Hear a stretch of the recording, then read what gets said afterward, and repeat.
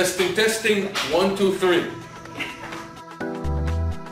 This is Matt Zimberg. I'm the president of Optimus Trading Group. A video series that will help you grow as a trader. So here I go.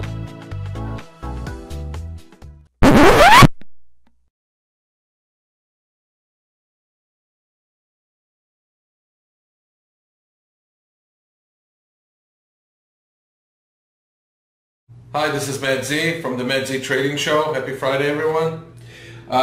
Today's question comes from Ron from Athens, Georgia.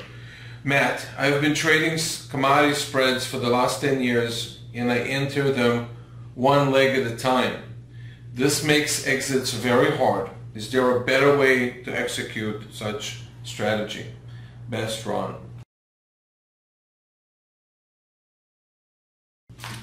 Thanks, Ron. Yes, there is.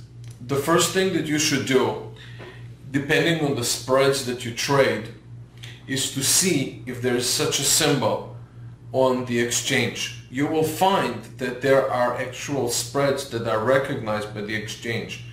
I found from my research that some platforms don't have it, but many platforms do take all the symbols from the exchanges. So, for example, I pulled out here two commodity spreads, intra-commodity and inter-commodity spreads, just to show you how it's done.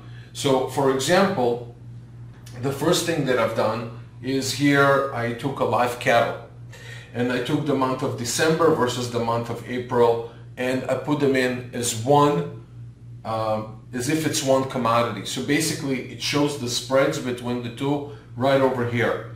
As you see, this is actually the most, it's not the most liquid one, but you see there's a lot of movements here. People do trade that spread quite commonly, right over here. So instead of doing, for example, entering December, then entering April, and trying to exit it in such a way, you just trade one spread basically at a time, and it's basically one order for execution. On your equity run, you will see the actual 2 months and the difference between them and so forth. And you can put limit orders here, depending if you buy or sell, and the same thing when you exit, you can put limit orders as well, stop orders, and so forth. I took here another commodity. Basically, I took two other futures. I took the 10-year notes versus the 30-year bond, and it shows the spreads right over here between them, okay? And again, so here you have one commodity that you trade against one another, and then in here you have two different commodities that they actually show the spreads between them. And you can enter it as such. And again, you can put limit orders, you can put stop orders, exit orders, and so forth on this in such a way.